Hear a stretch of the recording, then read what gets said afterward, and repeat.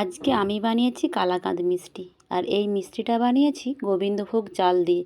গোবিন্দভোগ চাল দিয়ে খুব সহজেই কিভাবে কালাকাঁদ মিষ্টি বানানো যায় তা আমার এই ভিডিওটা যদি দেখো তোমরা খুব সহজে তোমরাও বানাতে পারবে বাড়িতে, আর বাড়ির সবাইকে খাওয়াতেও পারবে। চলো আমার রেসিপিটা দেখে নাও তোমরা। নমস্কার, অন্বেষা ভ্যারাইটি ভিডিওতে আবার একটি নতুন স্বাদের ভিডিওতে স্বাগত জানাচ্ছি। আজকে আমি বানাচ্ছি গোবিন্দভোগ চাল দিয়ে কালাকাঁদ মিষ্টি। 100 গ্রাম গোবিন্দভোগ চাল নিয়েছি, তার জন্য এই 100 গ্রাম চাল দিয়ে আজকে বানাবো আমি কালাকাঁদ মিষ্টি। তো প্রথমে আমি চালটাকে ধুয়ে নেব। 2 থেকে 3 বার জল দিয়ে আমি এই চালটাকে ধুয়ে নেব।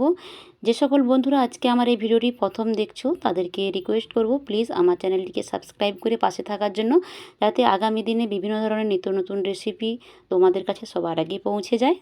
তো চালটাকে আমি বেশ 2-3 বার ধরে ধুয়ে নিয়েছি। অন্যদিকে গ্যাসে কড়াই বসিয়ে দিয়ে 1/2 লিটার জল দিয়ে দিলাম। ওই চালটাকে ওই জলের মধ্যে দিয়ে দেবো এবারে।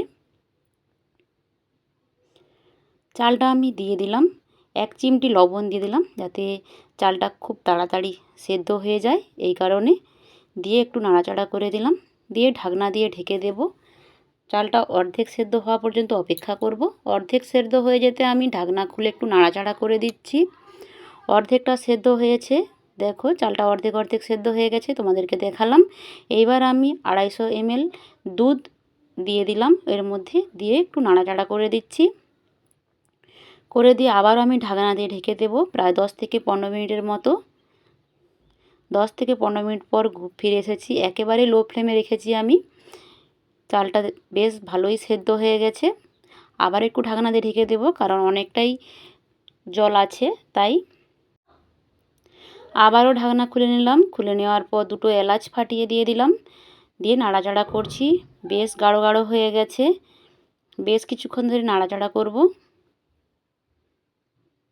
নাড়াচাড়া করার পর আমি 50 গ্রাম গুঁড়ো দুধ দিয়ে দিলাম। দিয়ে ভালো করে এটাকে মিশিয়ে নিচ্ছি। গুঁড়ো দুধটা আমার ভালোভাবে মেশানো হয়ে গেছে। এবার 1 টেবিল চামচের মতো আমি ঘি দিয়ে দিলাম। দিয়ে ভালো করে ঘিটাকেও মিশিয়ে নিচ্ছি।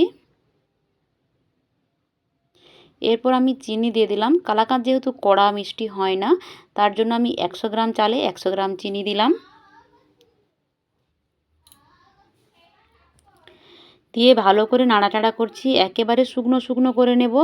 তোমরা দেখো, দেখলে বুঝতে পারবে খুন্তি থেকে একেবারে ছেড়ে যায় না। দেখো তোমরা অনেকটাই গাঢ় গাঢ় হয়ে গেছে। এইবার আমি নামিয়ে নেব।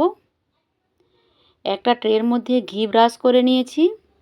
ঘি ব্রাশ করে নেওয়ার পর আমি অল্প অল্প করে খুন্তির সাহায্যে ওই ট্রের মধ্যে দিয়ে দিচ্ছি। এইবার আমি ভালো করে এই খুন্তির সাহায্যে চৌকো শেপ দিয়ে গুছিয়ে নেব। তোমরা দেখলেই বুঝতে পারছো। দেখো, এটা ঠান্ডা হতে আমি দেব। তোমরা চাইলে ফ্রিজেও দিতে পারো, কোনো অসুবিধে নেই। আমি নর্মাল টেম্পারেচারে রেখেছিলাম প্রায় 1 ঘন্টা মতো। কত সুন্দর হয়ে বসে গেছে। এবার একটা ছুরির সাহায্যে এটাকে আমি কেটে নেব। আমি চৌকো শেপ দিয়ে কাটছি, তোমরা চাইলে যে কোনো শেপে কাটতে পারো।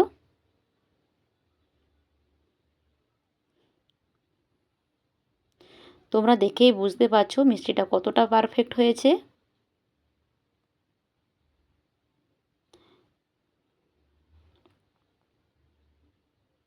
তোমাদেরকে একটা আমি হাত দিয়ে তুলে দেখাচ্ছি। দেখো, ট্রেতে কিন্তু আমার একটুও লেগে যায় না। একদম পারফেক্ট কালাকাঁদের মতো দেখতে লাগছে। দেখো কতটা সুন্দর লাগছে। আমি আবারও একটা তুলে দেখাচ্ছি কতটা সুন্দর হয়েছে। একটুও লেগে যায় না, খুব সহজেই উঠে আসছে। তো তোমরাও এইভাবে ট্রাই করতে পারো। যারা যারা ট্রাই করবে অবশ্যই আমার কমেন্ট সেকশানে জানাবে। আর আমার ভিডিওটা একটু শেয়ার করে দেওয়ার অনুরোধ রইল বেশি বেশি করে অন্যান্য বন্ধুদের মাঝে। তো এরপর আমি একটু সাজিয়ে গুছিয়ে নিচ্ছি যাতে একটু দেখতে সুন্দর লাগে। তো সুন্দর করে আমি একটু সাজিয়ে নিচ্ছি।